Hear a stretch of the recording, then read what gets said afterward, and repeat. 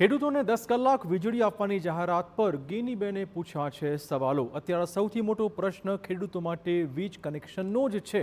આ કહેવું છે ગેનીબેન ઠાકોરનું। બનાસકાંઠા અને વાવ થરાદના ખેડૂતોની પ્રથમ માંગ વીજ કનેક્શનની છે। 1.5 વર્ષથી ખેડૂતોને વીજ કનેક્શન મળ્યા જ નથી। જિલ્લામાં 1 વર્ષથી તમામ ખેડૂતોએ એસ્ટિમેટ ભરી દીધા છે। મળતિયાઓ પાસેથી ટપક સિંચાઈના સાધનો પણ ખરીદી લીધા છે। અધિકારીઓએ કમિશન લઈ લીધા છે, છતાં વીજ કનેક્શન નથી આપ્યા। આ આક્ષેપ છે ગેનીબેન ઠાકોરનો। વીજ કનેક્શન માટે છેલ્લા 1 વર્ષથી તમામ ખેડૂતોએ એના એસ્ટિમેટ ભરી દીધા છે, એની તમામ પ્રોસેસ કરી દીધી છે।